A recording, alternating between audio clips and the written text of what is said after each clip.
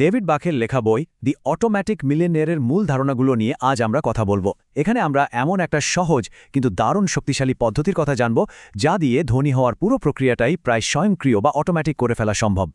একবার ভেবে দেখুন তো, যদি রোজ টাকা জমানোর জন্য আলাদা করে কোনো চিন্তা ভাবনা বা চেষ্টা না করতে হতো, যদি এমন একটা সিস্টেম থাকতো যা আপনার হয়ে একদম নীরবে আপনার জন্য সম্পদ তৈরি করে চলেছে। বেশিরভাগ মানুষ যা ভাবে তার থেকে একদমই আলাদা একটা সম্ভাবনার কথা আজ আমরা আলোচনা করব। চলুন এই রহস্যের গভীরে ঢোকা যাক।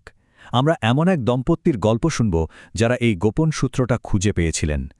তাদের নাম জিম এবং সু ম্যাকিন্টায়ার।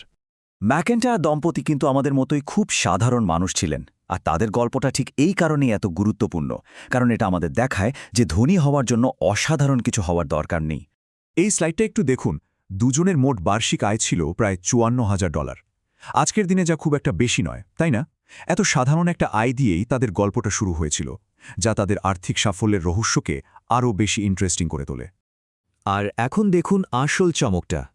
এত সাধারণ আয় থাকা সত্ত্বেও তাদের মোট সম্পদের পরিমাণ ছিল প্রায় $2 মিলিয়ন। হ্যাঁ, ঠিকই শুনেছেন, প্রায় $20 লক্ষ। তো স্বাভাবিকভাবেই মনে প্রশ্ন জাগে, এটা কিভাবে সম্ভব হলো? তারা কি লটারি জিতেছিলেন নাকি কোনো গুপ্তধন পেয়েছিলেন? চলুন এই রহস্যের সমাধানটা খুঁজে বের করা যাক। চলুন তাদের গল্পের পরের অংশে যাই আর দেখি ব্যাপারটা ঠিক কি। কারণ তাদের সাফল্যের গোপন রহস্যটা কিন্তু কেউই যা ভাবছিল তেমনটা ছিল না। স্ক্রিনে ম্যাকিন্টায়ারদের কিছু নিয়ম দেখা যাচ্ছে। এগুলো দেখে কি মনে হচ্ছে? বেশ পরিচিত আর কঠিন সব নিয়মকানুন, তাই না? মনে হচ্ছে এগুলো মানতে গেলে তো প্রচণ্ড ইচ্ছাশক্তি আর আত্মনিয়ন্ত্রণের দরকার। কিন্তু এখানেই গল্পের আসল মোড়। সু ম্যাকিন্টায়ার নিজেই বলেছেন, তাদের এই সাফল্যের পেছনে কোনো কঠিন আত্মনিয়ন্ত্রণ বা অসাধারণ ইচ্ছাশক্তির কোনো ভূমিকাই ছিল না। তাহলে আসল কথাটা কি? যদি এটা আত্মনিয়ন্ত্রণ না হয় তাহলে কি ছিল? আসল রহস্যটা ছিল একটা সিস্টেমে, একটা অটোম্যাটিক পদ্ধতিতে।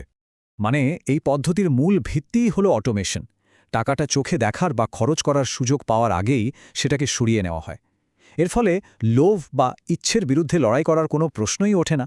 সিস্টেমটা নিজে থেকেই ব্যক্তির হয়ে কাজ করে।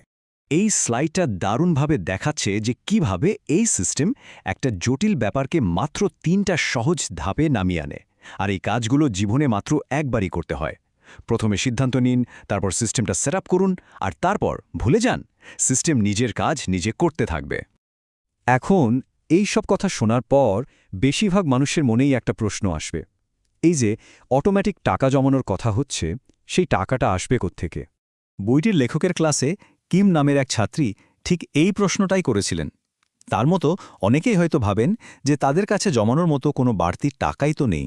কিমের গল্পটা খুব মজার। তিনি একদম নিশ্চিত ছিলেন যে তার কোনো বাড়তি খরচ নেই। কিন্তু যখন খতিয়ে দেখা হলো, তখন দেখা গেল তিনি রোজ সকালে কফি আর মাফিনের পিছনে $5 খরচ করেন, যেটা তার কাছে কোনো বড় খরচ বলেই মনে হতো না। আর যখন কিমকে হিসাব করে দেখানো হলো যে প্রতিদিনের এইমাত্র $5 বাঁচিয়ে বিনিয়োগ করলে আর তার সাথে যদি কোম্পানি কিছু অংশ দেয়, তাহলে অবসরের সময় গিয়ে সেই টাকাটা $1.7 মিলিয়নেরও বেশি হয়ে যেতে পারে, তখন তার মুখ দিয়ে এই কথাটাই বেরিয়ে এসেছিল। এটা ছিল তার জন্য একটা বিরাট মুহূর্ত। চলুন এবার আসল অঙ্কটা একটু দেখা যাক। এই যে ছোট ছোট প্রতিদিনের খরচগুলো, সেগুলোকে যদি ঠিক পথে চালনা করা যায়, তাহলে তার ফল কি অবিশ্বাস্য হতে পারে? এই স্লাইডটা দেখুন, কি দারুণ ব্যাপার।